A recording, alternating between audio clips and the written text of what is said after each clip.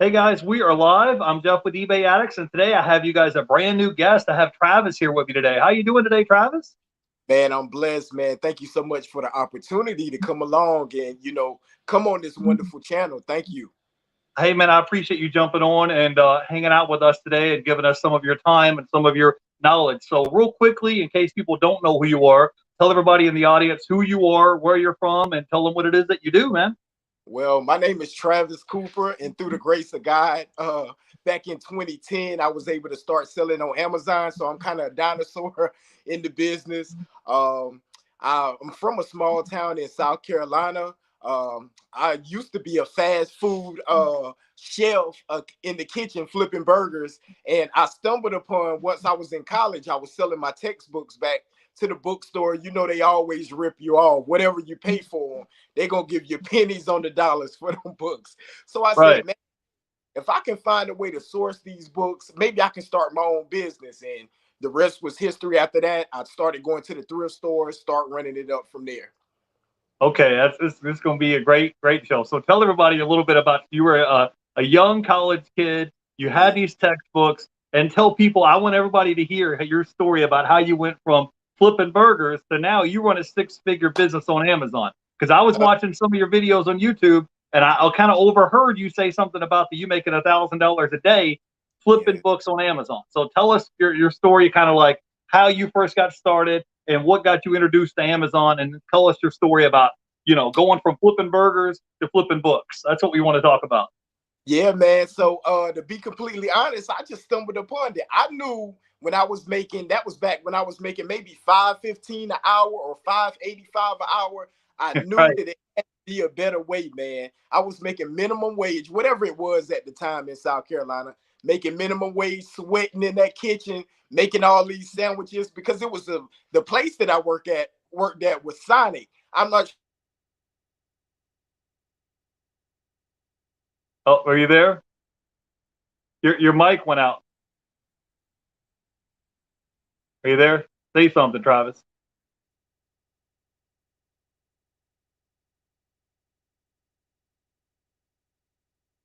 I don't know if his battery died or what, but we can't hear you. Your mic just went out. Sorry, guys. When you shoot live videos, sometimes stuff like this happens. I apologize, guys. Are you there, Travis? I think we lost our guest. I'll shoot him a message. He's going to be giving us content on how he started his business from flipping burgers to flipping books. So this is going to be a good video. I just got to see if we can get a connection. See if I can. I send him the link on Instagram. Let me see if he lost connection or the battery died or whatever. I don't know. I'll send him a link real quick. I'll be right back. Give me 1 second.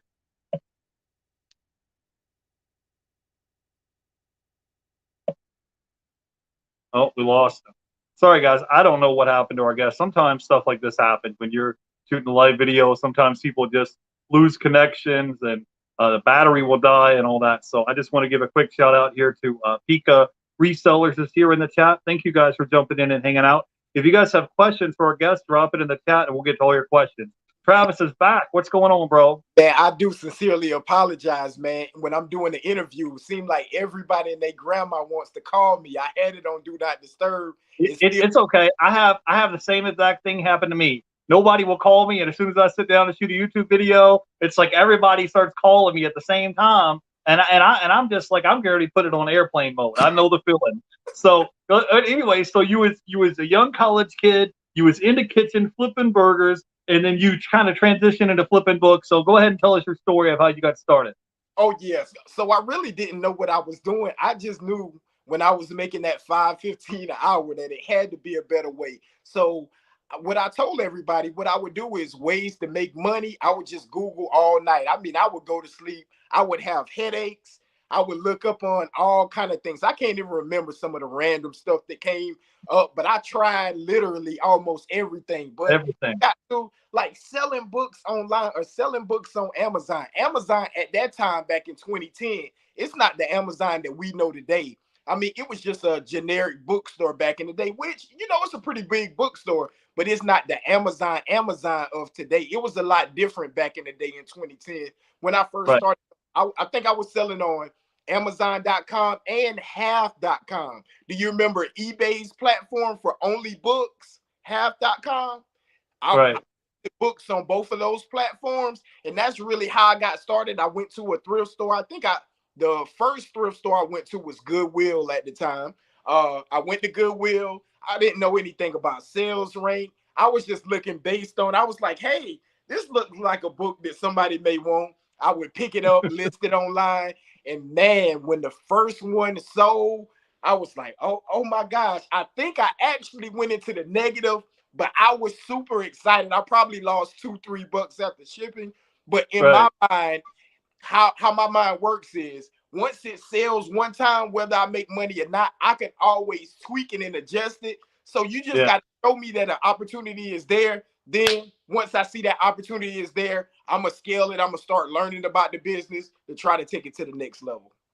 I'm with you, man. Sometimes when you make money online, it almost feels like you like won that poker hand and you're raking all the poker tips in, and Yeah. that's and your eyes start getting big and you're like you start realizing the opportunity. So Yes. so you had some of your old textbooks and you started to flip them online, and then from there you kind of took off and it's been off to the races from there. So Yeah. tell me a little bit about how your business is run now, because I saw you online. You got like a forklift, you got a warehouse, you have employees that work for you now. Tell us a little bit about how you run your business day to day. How do you go sourcing to get the inventory? How do you do the fulfillment, shipment? And then talk a little bit about your the sales rate, because people think if you just grab a book off the shelf, even if you have a book for 99 cents, doesn't mean that book's necessarily profitable. So you have to do your homework. So go ahead and give us some knowledge here, Travis. Yeah, yeah. So I do have a lot of different legs in my business. So let's start off since you talked about the warehouse part with my forklift Yeah. and my operation over there. I do have a team and employees,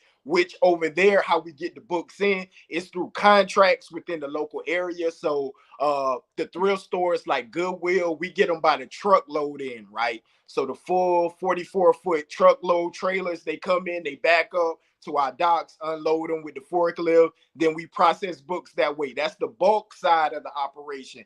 Now, I Yeah. also like to partner with high schools and schools in my area. That's a lot more lucrative for less physical work, right? So we have an operation on where we deal with just schools, and you can really make a lot of money by partnering, excuse me, with these schools and getting these textbooks in, because every year or 2 years they're always getting new textbooks. Of course, the state is funded, so they need to move the old out and get the new in. So I come and I add value by being able to grab all of those textbooks, and man, you really can turn some good money in this business. Just like any other business that I've been in, it's all about relationships, and the better you get at developing Right. relationships, to get the behind the scenes, right? Because we all know, like the thrift stores, this, that, and that other. That's really the low hanging fruit in this business. Anybody can go out and do that, but can you actually talk to people? Can you go out and figure out what that organization or that business's problem is? Can you solve a problem? Can you go in and add value? And once you always give, you add value to them first, you always get what you want on the back end. All right, that's cool. So now we'll talk real briefly about sales rank. So if I'm out somewhere and let's say I'm at a thrift store, a yard sale, whatever, a library sale, and I come across some books. I downloaded the Amazon seller app. Tell me what I need to do as far as scanning barcodes. What do I need to do about looking up the sales rank to decide if this is a good book to flip or not? Because not every book is a gold mine, right? Yes, sir. Yes, sir. And it depends on a couple of key factors. I know a lot of different booksellers do it different ways, but my strategy, at least for the merchant fulfilled side, because I have the space, if the profit makes sense, I can always keep the books and I sit on them. We usually do inventory checks about once every 6 months. So if something is just sitting, it's been sitting for 2 or 3 years, then we'll go ahead and pull it and either recycle it or donate it. But man, because of the space that I have in the warehouse, we're not pushed really for space. So I'll sit on it if I can make 50 or $100. And then I'll always call those like lottery books. So whenever you get the sale, you're like, man, I forgot I had that. You get a 50, 100, or $200 book that may be a 7 or 8 million sales ranking. And let me swing back into that sales rank. For me and how I run this business, Right. we look at sales rank as just a snapshot in time, right? So, say for example, if you had a book that was an 8 million ranking, if it just sold right before you scanned it, it's going to drop down in between like the 100,000 and 200,000 range. So if you're basically only scanning books looking on sales ranking, then it can trick you sometimes if you scan it at the right time, because it doesn't necessarily mean it's going to sell a lot. You could have just scanned it directly or right after it just sold, so it looks like it has a super low ranking, but that doesn't necessarily mean that. You also want to look at if you have time, depending on if you're in the bulk model, that's when you're getting books in by the Gaylords, or if you're cherry picking, you want to look at the E-score, which is Caleb Roth developed through his Scott IQ program, or you want to check the keeper chart just to make sure it's really moving and it is worth the investment that you put into whatever you're paying for your books. Yeah, I had Caleb Roth on my channel a couple months Yeah. ago. So you mentioned his Hey, name. I was just like, yeah, I know that guy. So he's hey, let's break it down. If somebody has a full-time 9 to 5 job, maybe they're not flipping burgers, but let's right. say they have a full-time 9 to 5 job and they Yes. wanted to get into this game of flipping books because they got their attention. They're like, hey, I heard Travis say he's making $1,000 a day flipping books. What do I need to do? Tell them the basics of what they Can need you to hear do to me? get started. Oh, my Yeah, sound. I can hear you, bro. I can hear you. Oh, my sound. You're good. You're good. We can hear you. My Travis, can you hear me? sound went out. Can you hear me now? I'm gonna leave and I'm gonna come back. I'm gonna Okay. leave and All come right. back. Go Okay. ahead. Go ahead. Sorry, guys. We're having technical difficulties today. Just want to give a quick shout out here to Keith. It's finally here to call a live show. Hey, thanks for coming by and hanging out. We're having technical difficulties today. We're hanging out with Travis. He's a bookseller, and he's given us some information on how to get started with his 6-figure book business. And I want to give a shout out here to Pika Resellers. He said it's all about relationships for sure. And my brother is here in the chat, Bearded Veteran. He said should be at 10K for the years up, items listed on eBay. So thanks for hanging out with us today. If you guys have questions for our guests, you can go ahead and drop it in the chat. I think he's back. Oh, he's back again. All right, Travis. Man, We're yo. We're good. We're good. Let's just keep it moving. So, Travis, what we were talking about, if somebody already has a full-time 9 to 5 job Right. and maybe they want to start generating some extra income through Amazon FBA, fulfillment by Amazon, and they want to get in the book game, what advice do you have them to help them get started? Let's say they have $200-300, $500 to get started. They don't have a lot of money to get started. Go ahead and drop some game, give them some knowledge, give them some advice to help them get started in this business. Yeah, man, you just want to go to like Book Sale Finder. I think it's .com or .net.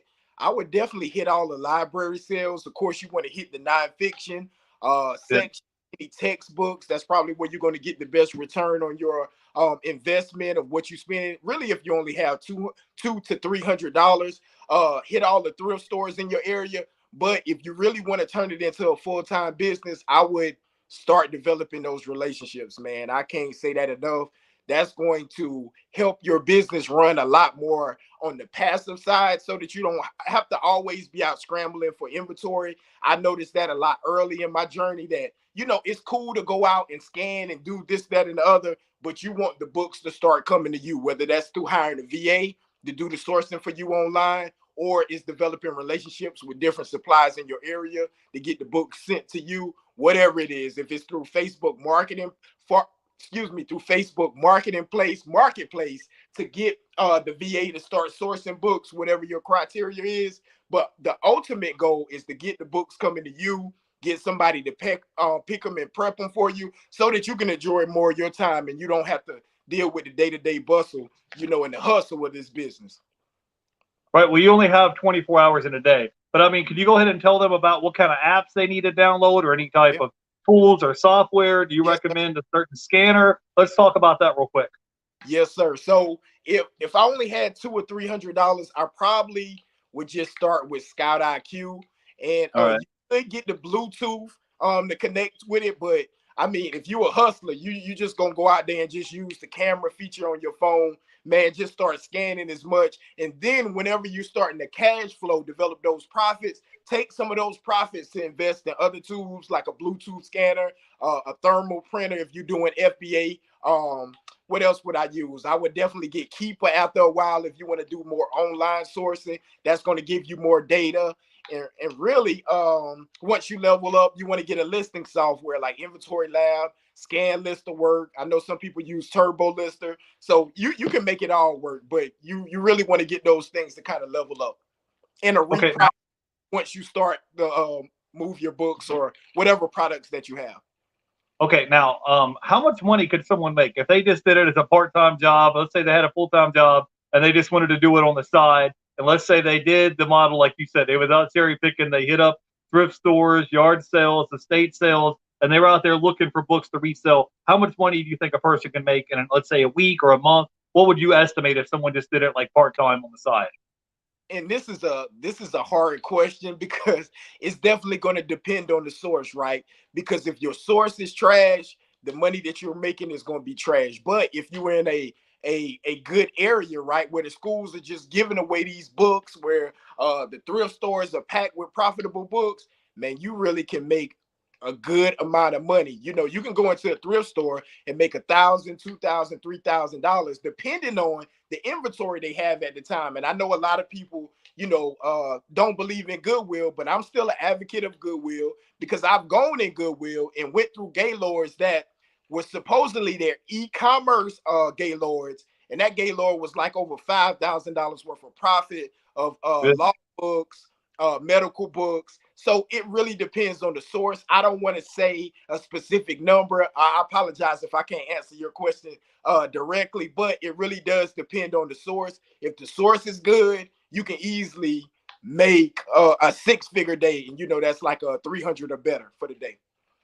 Right. Well, I've seen you in some of your videos on YouTube where you're like, "Hey, I paid $1.25, $1.50 for this book, and it sells on Amazon for $50, and after shipping and fees, you're still going home with like $36 profit, Oh, and that's just off of one book."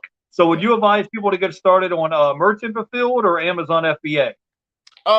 Because the way I started back in the day, I'm not even sure it was the FBA when I first got started. So I started on Merchant Fulfill. I do like Merchant Fulfill better if you have the time and the space to get started, just to get that feel. But I know a lot of people advise that you just start off with FBA, just start sending them in.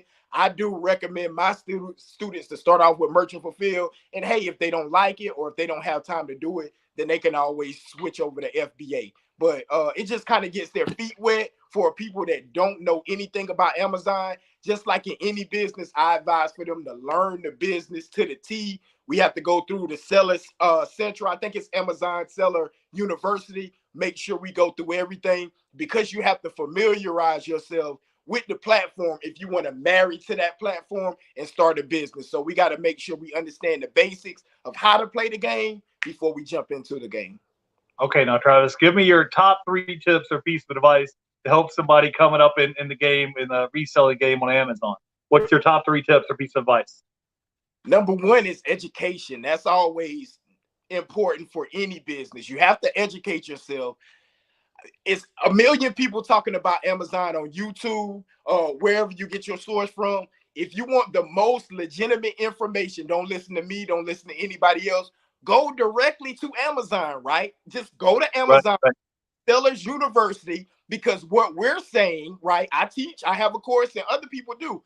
But what we're saying is only what we figured out from what Amazon is allowing us to do. So I tell everybody, if you want go to the source and get the information, right? It's cool if you resonate with me or somebody else, but the best thing you can do, go to the source. Amazon has a YouTube channel. I don't know how many videos they got, but I watch every Amazon video that comes out. Are they boring? Yes. But I understand education is always key. So even if I'm 12 years in the game, I'm still educating myself every day. So I tell everybody else, educate yourself. Number two, and this kind of ties to number one, always be a student and always be learning. So no matter what new strategy is coming out, whether you like it or not, always listen, be open to all ideas. And hey, if you like a piece of that idea, take that piece, but you don't have to use everybody's strategies, right? You might be like, well, that's a cool strategy for them, but that doesn't really fit my situation.